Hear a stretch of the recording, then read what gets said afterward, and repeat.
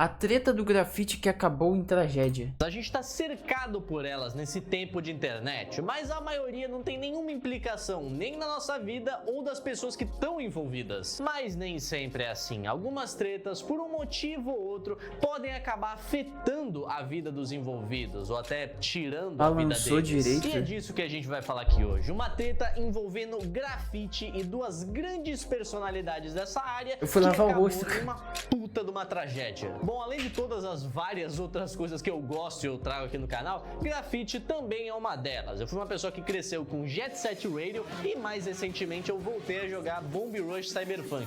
Dois jogos maravilhosos, rapaziada, recomendo demais. Não conheço. Então viu que eu tô consumindo bastante conteúdo de grafite ultimamente. E a treta que a gente vai falar aqui hoje envolve duas pessoas de nome no grafite. Acho que eu já sei qual é. E o King Hobo. O Banksy, não. você conhece. Conheço. Tá, eu já te adianto, você conhece esse cara. O Banksy começou como qualquer outro grafiteiro, indo lá e fazendo artes freehand, bolando o desenho na hora. Mas, eventualmente, ele moveu para os stencils, onde ele fazia o design recortado num papelão, geralmente, na tranquilidade da casa dele, para quando estivesse pronto, ele fosse pra rua e em segundos ele tinha uma ilustração completa. O bagulho com Banksy é que muitas pessoas amavam as artes dele. Eu não tô nem falando dos grafiteiros em si, eu tô falando pessoas ricas pra caralho que adoravam comprar os grafites que eles faziam na rua, pessoas normais. Tu mesmo já provavelmente viu alguma arte dele e nem sabia que foi o cara que fez. O bagulho é que o Banksy virou mainstream. As pessoas olhavam por isso daqui e falavam: isto é arte. É Banksy. Só que a parada com essa arte é que ela não tinha praticamente diferença nenhuma de grafite normal. Só que esse grafite é considerado vandalismo. Se eu for lá e fizer um rabisco numa parede e alguém denunciar, eu vou parar na delegacia. Se o Banksy fizer, eles vão recortar o muro onde ele fez o bagulho e vender no museu por milhões. A maioria dos grafiteiros estava bem insatisfeito com essa preferência sem sentido que eles tinham pela arte do Banksy, porque realmente não tem o menor sentido.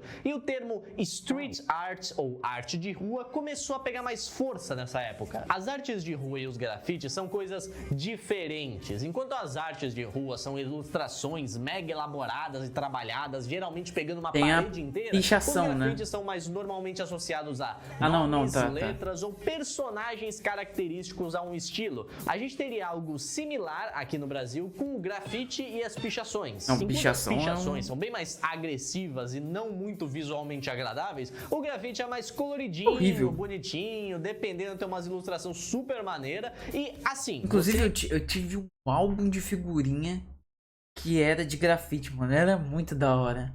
Ainda vai parar na delegacia se tu pegar um policial de ovo virado no dia, mas é mais comum você ver grafites em paredes de restaurante do que pichações. Aqui em Santos mesmo, que é onde eu moro, tem um maluco, ele é o Bonfim, se eu não me engano. Ele grafita ovos por aí. E tu vê várias ilustrações dele em restaurante, pizzaria, até uns bagulho promovido pela prefeitura, ele tem arte dele lá. Mas agora voltando pro assunto, além do Banksy, outro personagem importante para essa história é o King Hobo, ou John Robertson. Durante os anos 80 e 90, o maluco dominava a cena do grafite no Reino Unido. Ele grafitava uns trens que ninguém sabia como ele tinha acesso. Essa era uma parada bem popular na época. Na verdade, é popular até hoje, que quando você grafita um trem, ele acaba levando a sua arte pela cidade toda. E dependendo da quantidade de trens que você faça isso, você vai ter um Wall City, que seria mais ou menos você ter grafitado a cidade toda. A sua arte está transitando pela cidade toda. Só que, eventualmente, o King Hobo parou de fazer grafites. Isso porque ele tinha virado pai. Ele não tava mais se podendo dar o luxo de arriscar ir preso. Já que, rapaziada, tem uma diferença bem grande grafitar um muro pra grafitar a porra de um trem. Eu te garanto que a pena vai ser bem maior se tu for pego grafitando um trem. A primeira interação entre o Banksy e o King Hobo foi um pouco confusa, já que o King Hobo diz que eles se encontraram num bar e o Banksy tava sendo meio desrespeitoso. Ele foi lá e deu um tapa na cara do moleque. Mas, eventualmente, numa entrevista, o Banksy disse que isso nunca aconteceu, tá ligado? What the fuck? Então, mesmo que a treta não tivesse começado ainda, já era bem claro que eles se conheciam, e mais claro ainda que o King Hobo não gostava muito do Banksy. Mas isso tudo viria a mudar alguns anos depois. Quando o Banksy atingiu um pico de popularidade... o Banksy não pode mostrar o rosto. O King Hobo era um cara mais aposentado, ele já não grafitava mais há um bom tempo, o que resultou nos grafites que ele ainda tinha sendo grafitados por cima ou simplesmente apagados. O nome dele estava sumindo, todos menos um. Um grafite bem especial que estava embaixo de uma ponte chamado Hobo Ink, que foi feito em 1985, mané. Por conta Oi, tá lá até hoje? da popularidade do King Robo e a história dele, que era bem contada por aí, esse grafite era praticamente uma figura santa para muitos grafiteiros, muitos menos o Banksy. Já que do nada, certo dia ele decidiu fazer uma arte cobrindo o grafite do King Robo. E cobrindo mesmo, mano, porque ele fez essa arte aí, tipo, passando por cima. Olha, eu honestamente não sei o que passou na mente do Banksy pra fazer um bagulho desse, porque ele já era ativamente odiado por muitos grafiteiros. Fazer isso daqui foi literalmente cutucar o formigueiro, tá ligado? Mas calma lá que a gente também tem que reparar numa coisinha aqui. O grafite que tava embaixo já tava bem danificado. A gente consegue ver umas tags e outros rabiscos que outras pessoas foram fazendo no decorrer do tempo. O próprio Banksy tirou uma foto antes de fazer a arte dele pra mostrar que o estado que aquela arte do King Robo tava já não era dos melhores. Mas vamos lá, né, rapaziada? Eu ainda não consigo aceitar que ele não fez isso pra dar uma provocada, dar uma zoada. Eu também acho que foi mais pra provocar. São pessoas completamente aleatórias forem lá e fazerem tags em cima de uma arte de um artista considerado lendário. Outra é um maluco com estilo estupidamente fácil de reconhecer, escolhendo de todos os lugares logo aquele. Essa, malandro, foi a gota d'água. O King Robo veiaco nesse ano de 2009, pegou as tintas dele e fez um King Robo em cima da arte do Banksy, mas mantendo ela, como se ele estivesse pintando pra ele. Não só isso, mas uma pequena guerra entre a fanbase desses dois artistas começou, com várias pessoas dando uma zoada na arte do Banksy e escrevendo Team Robo embaixo, deixando mensagens como: tu acha que acabou? Banksy, o rato, senta Banksy, bom garoto. Que é isso, mano, né? De todas essas, uma que tinha um significado mais especial era o Banksy Lerat, que fazia referência ao Blank Lerat, que era um artista francês que fazia exatamente as mesmas coisas que o Banksy fazia, só que 20 anos antes dele começar. E é lógico que as pessoas sabiam disso e viam o Banksy como um cara que tá copiando o Blank. Copiar eu já não sei, mas que a inspiração tá ali, isso é óbvio. Até as cores que eles usavam eram, tipo, iguais. E o Robo, obviamente, tava usando isso pra atacar diretamente a moral do Banksy. Mas ele não ficou quieto também não, mano. Já que, pessoalmente, ele foi lá naquele mural que toda essa treta começou e escreveu um fuck na frente do King, virando fucking Robo.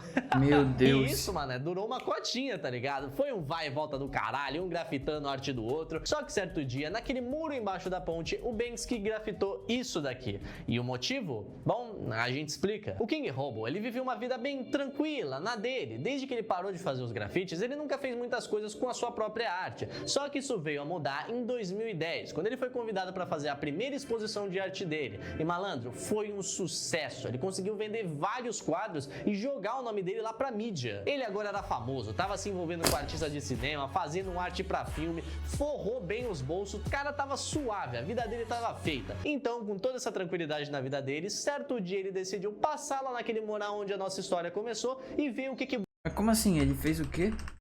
Desde que ele parou de fazer os grafites, ele nunca fez muitas coisas com a sua própria arte. Só que isso veio a mudar em 2010, quando ele foi convidado para fazer a primeira exposição de arte dele. E, malandro, foi um sucesso. Ele conseguiu vender vários quadros e jogar o nome dele lá pra mídia. Ele agora era famoso, tava se envolvendo com artistas de cinema, fazendo arte pra filme, forrou bem os bolsos, o cara tava suave, a vida dele tava feita. Então, com toda essa tranquilidade na vida dele, certo dia ele decidiu passar lá naquele mural onde a nossa história começou e ver o que o Banksy tinha feito. Só que o problema é que ele nunca voltou debaixo daquela ponte. Ninguém sabe exatamente o que aconteceu ali. O que se sabe foi que uma pessoa viu um corpo desmaiado no chão com uma poça de sangue e chamou a ambulância. Era o corpo do King Robo. Ele ficou em coma por alguns meses, mas eventualmente veio a falecer. Alguns dizem que ele simplesmente sofreu uma queda e acabou batendo a cabeça, mas, de novo, não dá pra saber. Era muito cedo naquele dia, não tinham câmeras em volta e também não tinham nenhuma testemunha. O Banksy, sabendo dessa notícia, decidiu botar um fim nessa treta, indo lá e grafitando uma homenagem à arte original que o King Robo fez ali, só que com uma latinha de tinta simbolizando uma vela. Algum tempo depois, a rapaziada do Team Robo foi lá e refez a arte com cores e tudo,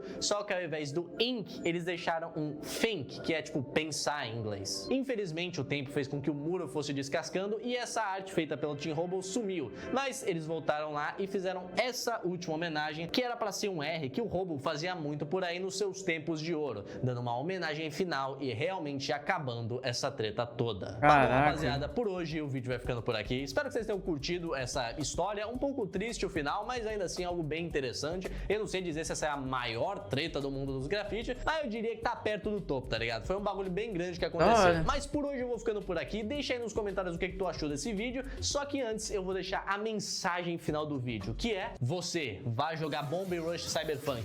Esse jogo é da hora pra caralho, mano. Meu Deus do céu, só música pedrada. Caraca, eu ia falar, não sabia dessa história do grafite, mas é claro que eu não sabia, né? Eu não acompanho o mundo dos grafites, mas acho que era da hora. Achei da hora o vídeo. Bacana.